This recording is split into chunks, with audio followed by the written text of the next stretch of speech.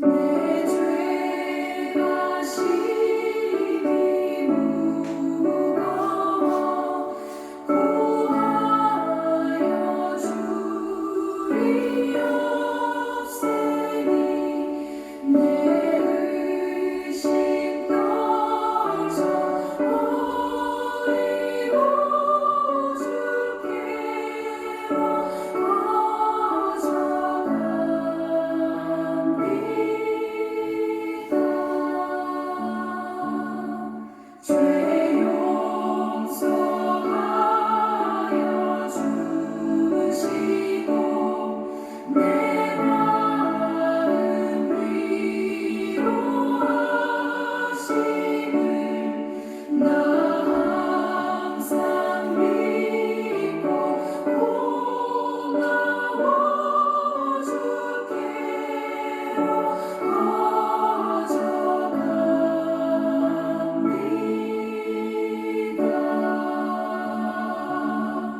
주 예수 베푼 사랑이 한없이 크고 넓으니 내 뜻을 모두 버리고 주께로 거져갑니다.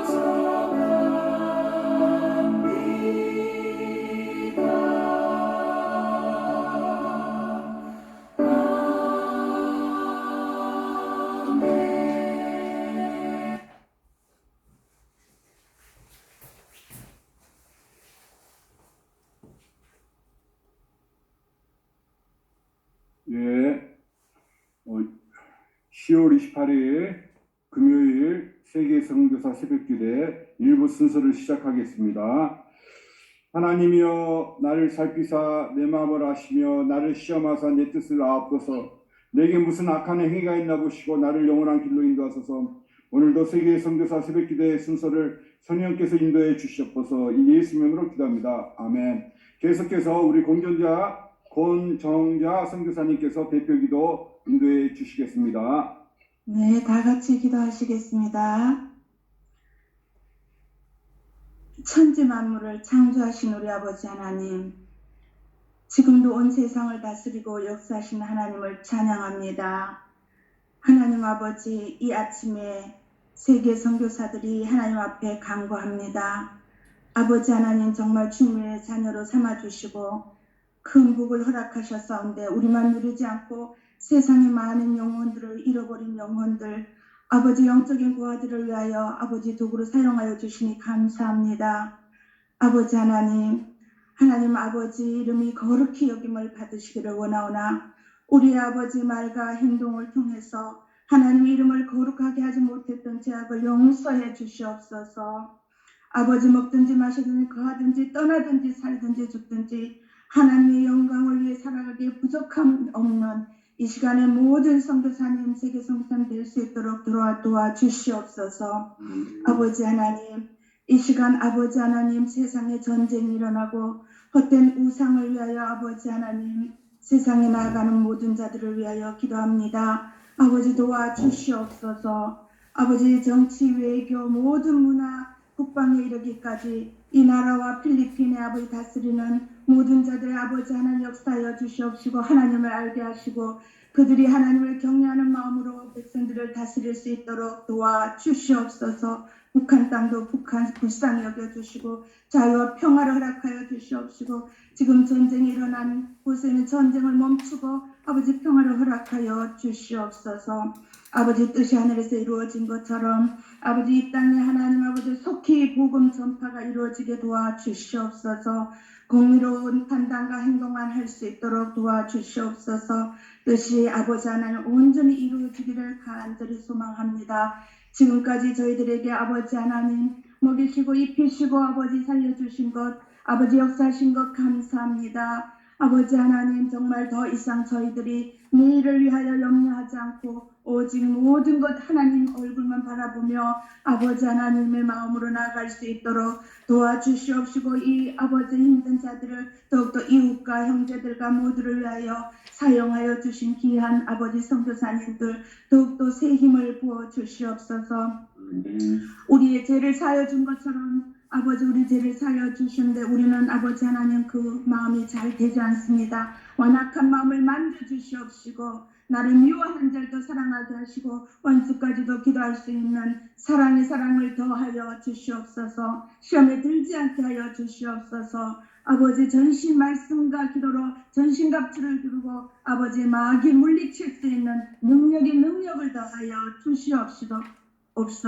혹시 연약하여 악한 마귀 술수에 넘어가더라도 주님 지켜주시옵시고 아버지 위험한 일, 악한 일, 더러운 일로부터 아버지 하나님 가족과 사역지와 우리 모두를 위하여 지켜주시옵소서. 나라와 권세 모든 것 하나님 영광을 아버지 고백합니다. 아버지 하나님 이름을 더욱더 높이기를 원합니다. 지금 이 시간 아버지 선하영 교수님 세워주셨사온데 아버지의 올려드린 기도처럼 모두가 더욱더 사명 감당하기에 부족함이 없도록 아버지가 세우신 분과 모든 받는 자들에게도 더욱 은총을 내려주시옵시고 기름 부어 주시옵시기를 간절히 소망하며 예수 그리스도의 이름으로 간절히 기도드렸사옵나이다. 아멘. 아멘. 네, 대표기도 감사합니다. 계속해서 성경 봉독해 드리겠습니다. 신명기 5장 12절부터 15절입니다. 제 성경으로 270페이지입니다. 내 하나님 여호와가 내게 명령한 대로 안식을 지켜 거룩하게 행하라. 엿새 동안은 힘써 내 모든 일을 행할 것이나 일곱째 날은 내 하나님 여호와의 안식일인즉 너나 내 아들이나 내 딸이나 내 남종이나 내 여종이나 내 소나 내 낙이나 내 모두 가축이나 내 문 안에 유하는 객이라도 아무 일도 하지 못하게 하고 내 남종이나 내 여종에게 너같이 안식하게 할지니라. 너는 기억하라. 내가 애굽 땅에서 종이 되었더니 내 하나님 여호와가 강한 손과 편팔로 거기서 너를 인도하여 내었나니 그러므로 내 하나님 여호와가 내게 명령하여 안식일을 지키라 하느니라. 예, 아멘. 계속해서 특송을 노문화 목사님이 주님여 이 손을 Lord this hand 제목으로 찬양을 해주시겠습니다.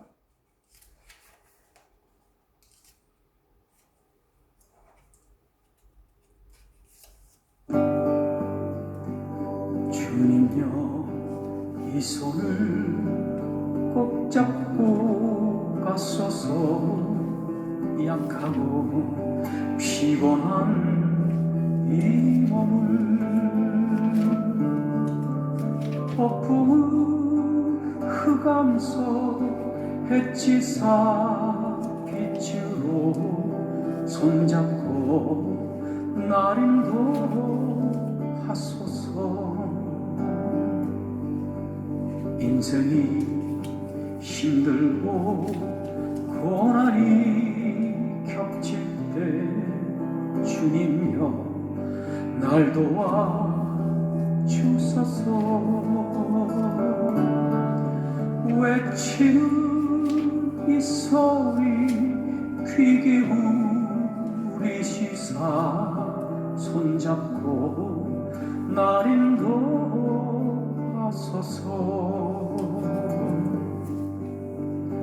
누군가 널 위하여 누군가 기도하네. 내가 홀로 외로워서 마음이 무너질 때 누군가 널 위해 기도하네. 당신이 지쳐서 기도할 수 눈물이 빗물처럼 흘러낼 때 주님은 아시네 당신의 약함을 사랑으로 돌봐주시네. 누군가 널 위하여 누군가 기도하네. 내가 홀로 외로웠어 마음이 무너질 때 누군가 널 위해 기도하네. 누군가 널 위하여 누군가 기도하네. 내가 홀로 외로워서 마음이 무너질 때 누군가 널 위해 기도하네. 누군가 널 위해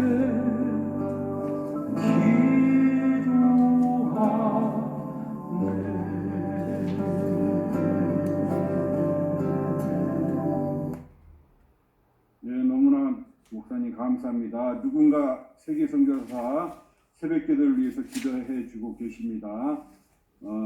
이 시간은 선하영 교수님 설교 시간인데 여러분들 우리 세계 선교사 새벽 기도에서 자주 설교해 주셔서 다 알고 계실 텐데 제가 짧게 소개해 드리겠습니다.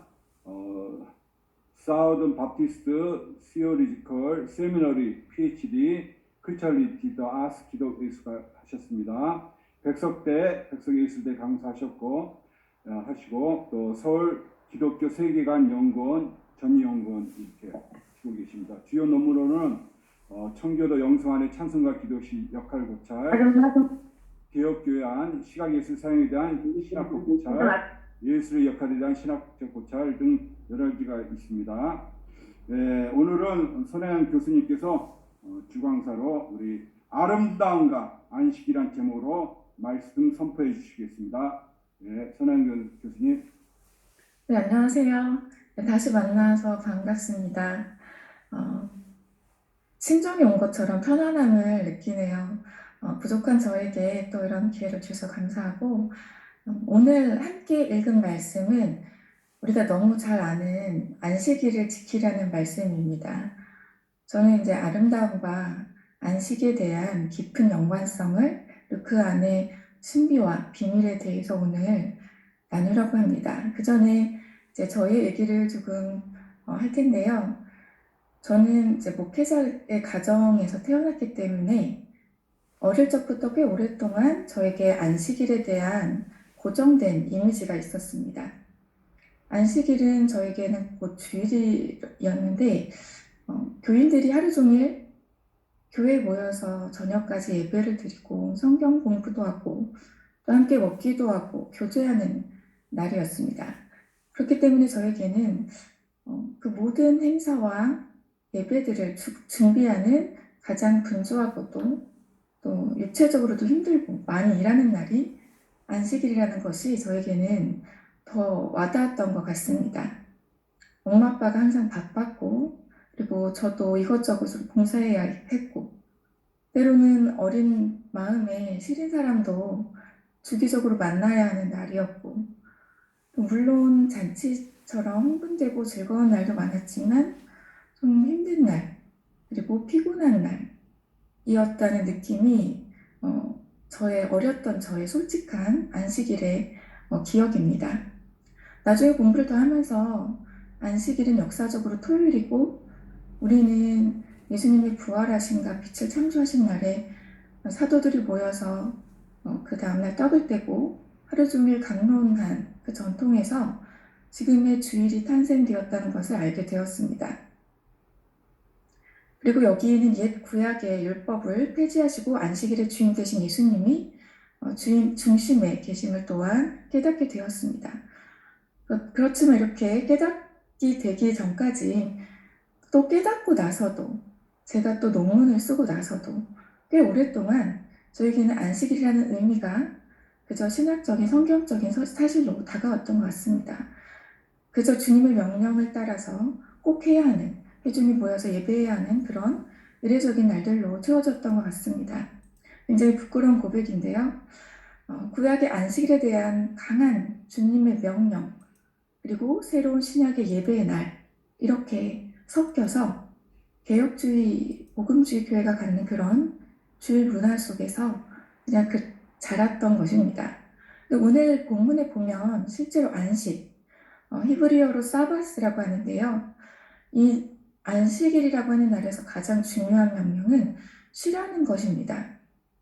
그래서 안식일을 지키라는 하나님의 명령이 성경에 여러 군데 굉장히 많이 강조해서 등장하는데 오늘 신명기 본문에서는 그 이유를 6날 동안은 힘써 일하되 아무것도 하지 말고 종들과 가축들까지 쉬게 하라. 그리고 원했기 때문이라고 말씀하십니다.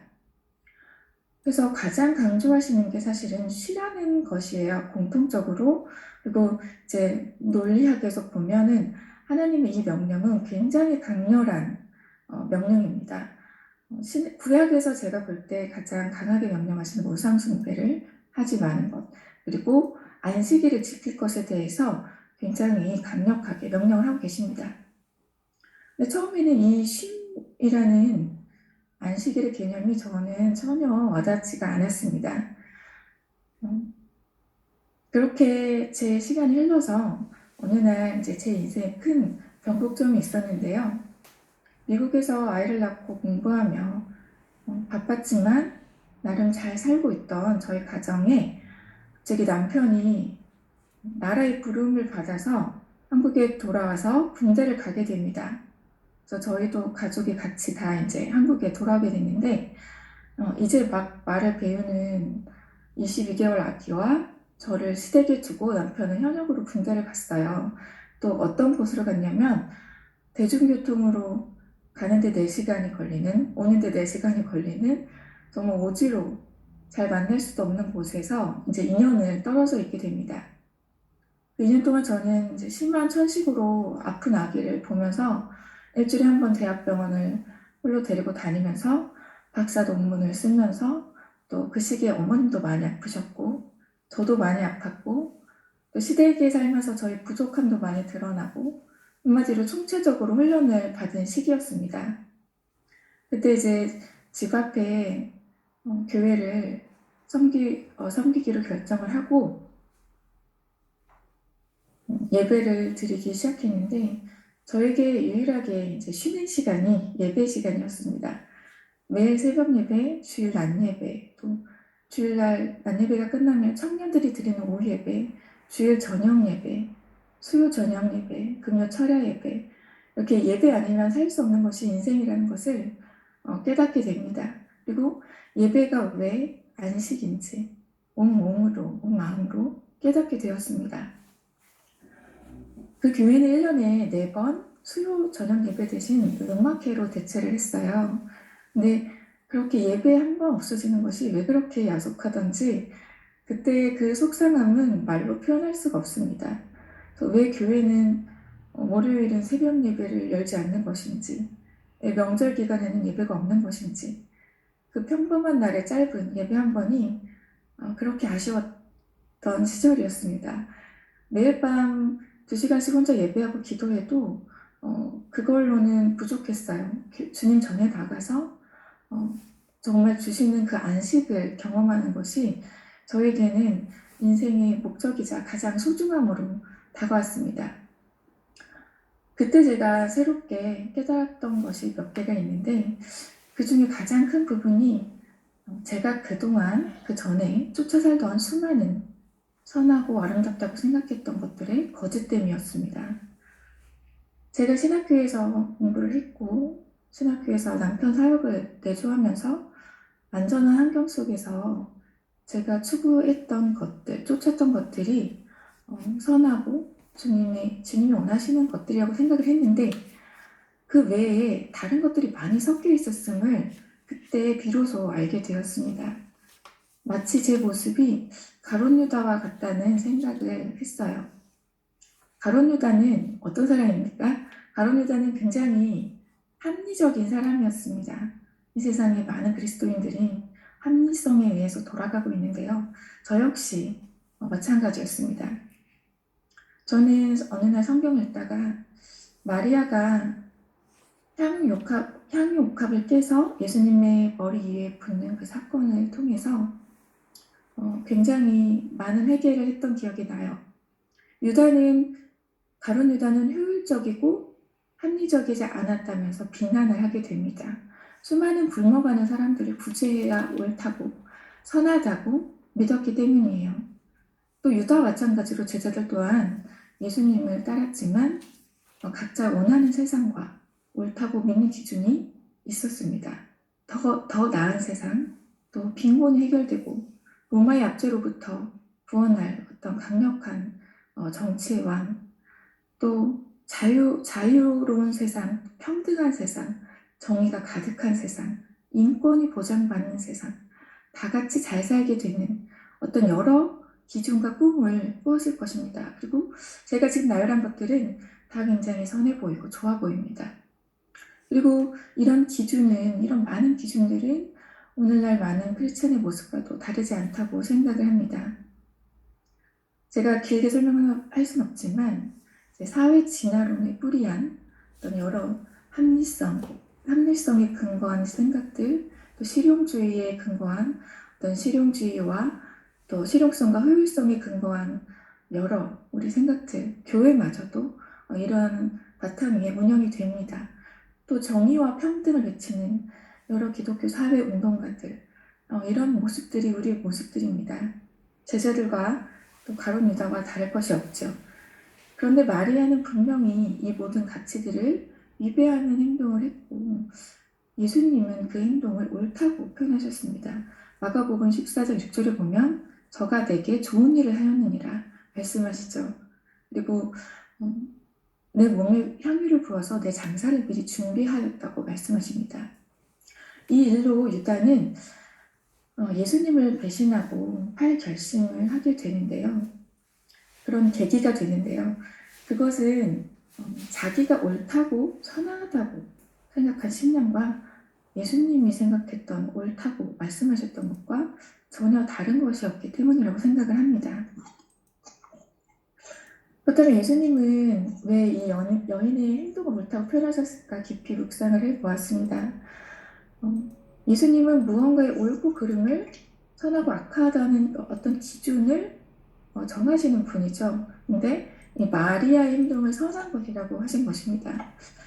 다른 제자들은 예수님이 이전에 이 사건이 있기 전에 예수님이 이제 돌아가시게 될 것을 미리 몇 번 말씀하셨는데도 예수님의 죽음에 대해서 예수님의 부활에 대해서 관심도 없었습니다. 왜냐하면 예수님을 따르고 있지만 목적이 예수가 아닌 예수를 통해 더 나은 삶을 꿈꾸는 각자의 기준이 있었기 때문입니다. 그래서 제자들은 여러 번 이제 성경에 보면 싸우는데 예수님이 왕의 자리에 오르시면 누가 옆에서 오른팔 될 거냐 왼팔이 될 거냐 이런 내가 한 자리를 하게 될 것인가 이런 이유로 싸웠던 것입니다. 반면에 마리아는 예수님께서 죽으실 것이라는 것을 듣고 마음에 그것을 진심으로 받아들였습니다. 그리고 예수님을 위한 일을 한 것이죠. 그 일은 다른 목적이 있는 것이 아니라 예수님을 따름에 있어서 그 목적이 오직 예수가 될 때 가능한 일이었습니다. 우리는 살면서 누구나 관계 속에서 나에게 줄 이익과 손해를 계산하면서 삽니다. 그게 인간의 죄성이기도 하고요. 저도 예수님과의 인격적인 관계를 그 전에 했었나 생각하면 굉장히 어리고 미성숙했던 것 같습니다.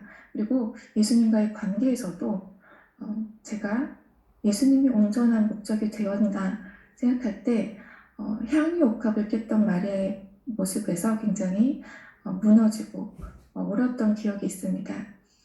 그래서 저는 주님과 인격적인 관계란 예수님이 온전히 나의 목적이 될 때, 예수님을 온전히 사랑할 때 가능하다는 것을 깨닫게 되었어요. 수많은 기독교인의 마음 가운데는 보통 왜 교회를 다녀, 왜 예수님 믿어 하면 천국 가려고 이런 말을 하죠.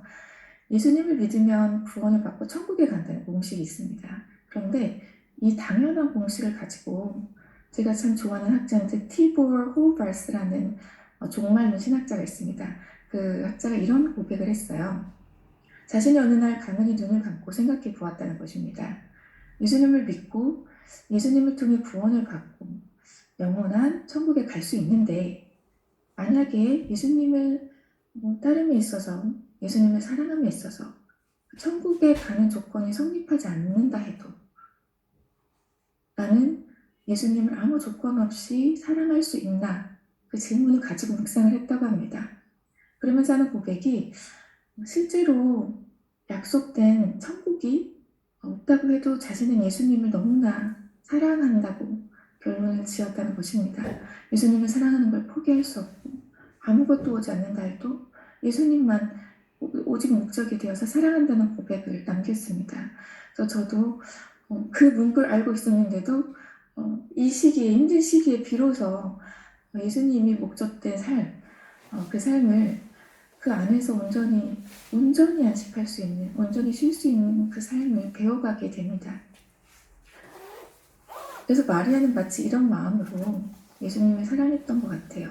그 외 부수적으로 원하는 그 무엇도 없이 예수님을 따르면서 예수님은 그랬기 때문에 복음이 전파되는, 온 천하에 어디서든지 복음이 전파되는 곳에는 이 여자의 행한 일도 알아요. 이를 기념하겠다고 말씀을 하셨습니다.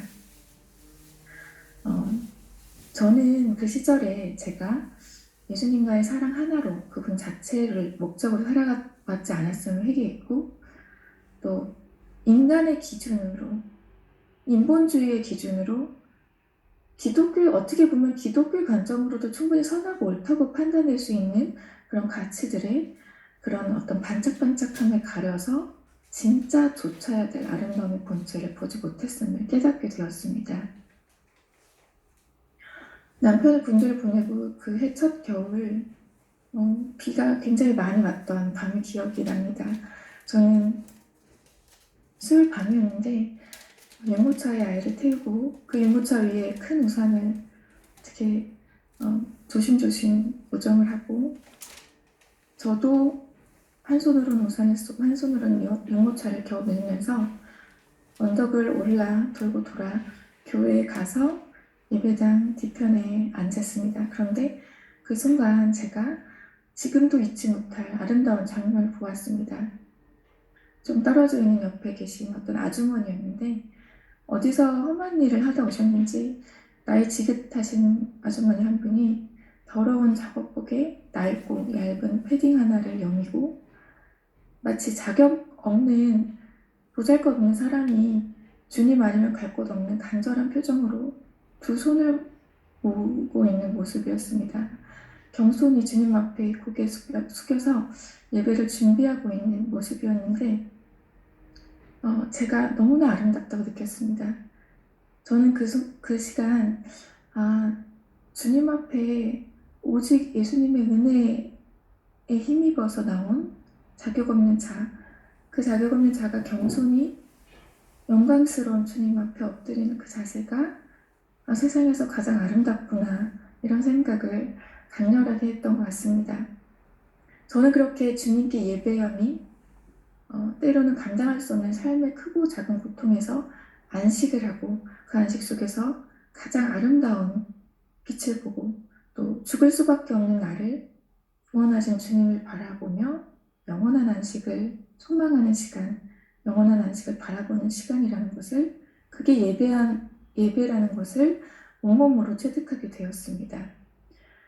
그리고 그 시간이 가장 아름다움과 가까운 시간인데 그 이유는 하나님께서 아름다움의 근원이 되시기 때문이라는 것을 알게 되었습니다. 이 얘기는 나중에 좀 더 자세히 설명을 드릴 텐데 부끄럽지만 제 얘기를 들었는데 서론이 길었습니다. 저는 오늘 아름다움과 안식이라는 주제로 정리를 하려고 합니다. 안식과 아름다움의 관계는 실로 굉장히 밀접한 관계가 있는데요. 또 제가 썼던 논문의 주제이기도 합니다.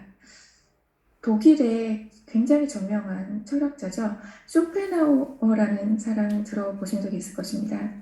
이 사람이 어떤 말을 했냐면 고대 이제 그리스 신화에 보면 익시온이라는 사람이 나와요. 이 사람은 씻을 수 없는 죄를 짓고 지옥의 어떤 수레바퀴 안에 매달려 갇히게 됐는데 이 사람이 받는 형벌은 평생 수레바퀴 안에서 그 바퀴 돌아가는 바퀴 안에서 노역을 하는 것이었습니다. 거기에 묶여서 노역을 하면서 다시는 쉴 수 없는 그런 벌을 받는데 쇼펜하우어는 예술이 아름다움이 이 익시온의 형별 노역 중에 기꺼이 하는 안식이라는 표현을 했습니다. 그래서 저는 이제 세상 사람들이 많은 예술 활동을 할 때 신학자들이 많은 비판을 하기를 그저 마취제다, 그저 잊기 위해서 감각을 마취하기 위해서 하는 활동이다라는 비판을 많이 하기도 해요. 그렇지만 저는 안식이라는 개념으로 논문을 썼던 적이 있습니다. 그래서 잠깐 소개하면서 제가 그 안에 숨겨진 중요한 비밀을 말씀드리고 마치려고 합니다. 안식일은 성경에서 굉장히 중요한 위치를 차지한다는 것을 모두 다 아시는데 아까 말씀드렸듯이 하나님께서 직접 제정하셨고 굉장히 강하게 명령하신 날이기 때문입니다. 저는 3가지 목적을 정리를 했는데요. 첫 번째는 이 안식일은 온 우주 창조의 원리이자 리듬입니다. 하나님께서는 6일을 창조를 하시고 매번 보기 좋았더라라고 말씀하시면서 특히 마지막에 6째 날 인간을 재신 날에는 보기에 심히 좋았더라라고 그 간격이 나와 있습니다. 그리고 7일째 쉬십니다. 신학자 조엘 비킨 이런 말을 했어요. 안식일은 십계명으로 주시기 이전에 이미 하나님의 백성들에 의해서 관찰된 사실이다. 인류에게 하나님이 주신 가장 중요한 제도 중에 하나라고 말했습니다. 왜냐하면 창조의 원리라는 거죠. 그래서 하나님께서 쉬신 이 7째 날에는 힘들어서 쉬신 개념이 아니에요. 그가 지으신 만물에 감격하고 그 아름다움을 즐거이 감상하며 마음껏 기뻐하신 날이라고 합니다. 그래서 단 엘렌더라는 학자가 이 히브리어의 사바스라는 말 외에 매뉴아라는 휴식을 위한 단어가 있어요. 이 단어의 의미를 보면 평화와 조화 같은 행복과 오요와 동일한 개념이라고 설명을 합니다. 투쟁도 없고 전쟁도 없고 싸움도 없고 두려움과 회무감도 없는 즐거운 휴식, 그런 상태를 말하는 단어인데 이날 이런 매뉴얼을 창조했다고 주장하고 있어요. 그래서 수많은 또 신학자들이 이날은 피조물이 창조주의 영광에 반응을 하고 그것을 안식하는 유일한 길은 즐거움을 통해서로 강조를 하고 있습니다. 그래서 사실은 지금도 아름다움이 무엇인가라고 할 때 이 창조 원리에 입각한 고대 철학자들이 굉장히 신학적인 그런 개념을 기준을 내놓았던 것을 볼 수가 있어요.